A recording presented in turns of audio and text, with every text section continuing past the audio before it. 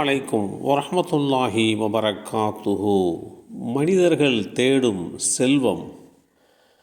அல்லாஹுடைய தூதர் ஸல்லல்லாஹு அலைஹி வஸல்லம் அவர்கள் கூறினார்கள், ஒரு ஆட்டு மந்தையினுள் நுழைந்த அனுப்பி வைக்கப்பட்ட பசியோடு உள்ள 2 ஓநாய்கள் அந்த மந்தையை நாசமாக்குவதை விட ஒரு மனிதனுக்கு செல்வத்தின் மீதுள்ள பேராசை அவனுடைய மார்க்க பற்றை நாசமாக்கிவிடும். இந்த செய்தி கஅப் இப்னு மாலிக் ரலியல்லாஹு அன்ஹு அவர்கள் மூலமாக அறிவிக்கப்பட்டு அஹ்மத் என்ற நூலிலே 15794 என்ற எண்ணிலே பதிவு செய்யப்பட்டிருக்கிறது. மனிதர்கள் தங்களால் தேடப்படுகின்ற அந்த செல்வங்களின் மூலமாக மார்க்க பற்றை இழந்து போய்விடுவார்கள்.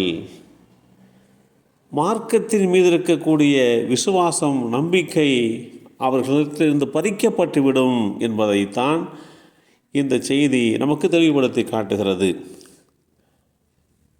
அப்துல்லாஹ் பின் அஷ்ஷிக்கிர் ரலியல்லாஹு அன்ஹு அவர்கள் கூறினார்கள், அல்லாஹுடைய தூதர் ஸல்லல்லாஹு அலைஹி வஸல்லம் அவர்கள் மன்னரைகளை சந்திக்கும் வரை அதிகமாக செல்வத்தை தேடுவது உங்கள் கவனத்தை திசை திருப்பிவிட்டது என்று தொடங்குகின்ற 102வது அத்தியாயத்தை ஓதிக்கொண்டிருந்த போது அவர்களிடம் நான் சென்றேன்.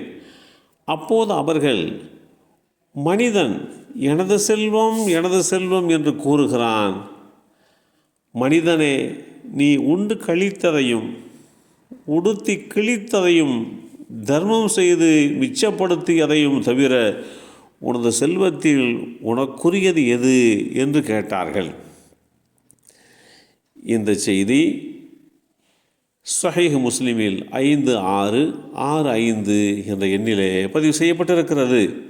இந்த உலகத்தில் நமக்கு எதுவும் சொந்தம் கிடையாது என்ற மனோபாவத்தை, பக்குவத்தை நாம் வளர்த்து கொண்டால் இந்த உலக வாழ்க்கையும் மறு உலக வாழ்க்கையும் நமக்கு நிரப்பமாக அமைந்துவிடும். அல்லாஹுடைய தூதர் ஸல்லல்லாஹு அலைஹி வஸல்லம் அவர்கள் கூறினார்கள், யார் இஸ்லாமாகி போதுமான வாழ்வாதாரம் வழங்கப்பட்டு அல்லாஹ் வழங்கியதை போதுமென கருதினாரோ அவர் வாழ்க்கையில் வெற்றி பெற்று விட்டார். இந்த செய்தி அப்துல்லாஹ் பின் அம்ர் பின் அல் ஆஸ் ரலியல்லாஹு அன்ஹு அவர்கள் மூலமாக அறிவிக்கப்பட்டு ஸஹீஹ் முஸ்லிமில் 1903 என்ற எண்ணிலே பதிவு செய்யப்பட்டிருக்கிறது.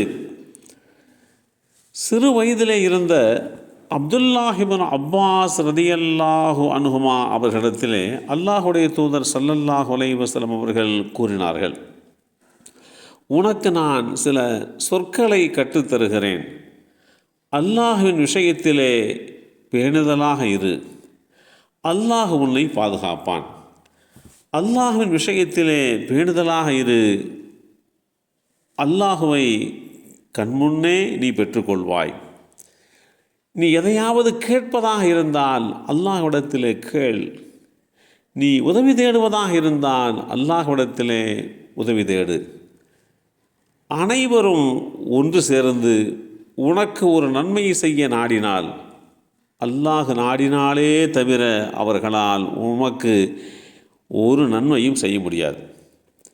அனைவரும் ஒன்று சேர்ந்து உனக்கு ஒரு தீமையை செய்ய நாடினால் அல்லாஹ் நாடினாலே தவிர எந்த ஒரு தீமையையும் அவர்களால் செய்ய முடியாது.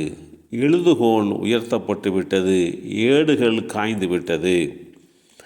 இந்த செய்தி ஸஹீஹுல் ஜாமி என்ற நூலிலே 7957 என்ற எண்ணிலே பதிவு செய்யப்பட்டிருக்கிறது. எது நமக்கு கிடைக்கும் என்று அல்லாஹ் விதித்து விட்டானோ அது நிச்சயமாக நமக்கு கிடைத்துவிடும். காரணம், அல்லாஹ் மனிதனை எப்போது படைத்தானோ அப்போதே மனிதனுக்கு உரிய செல்வத்தை நிர்ணயித்து எழுதிவிட்டான்.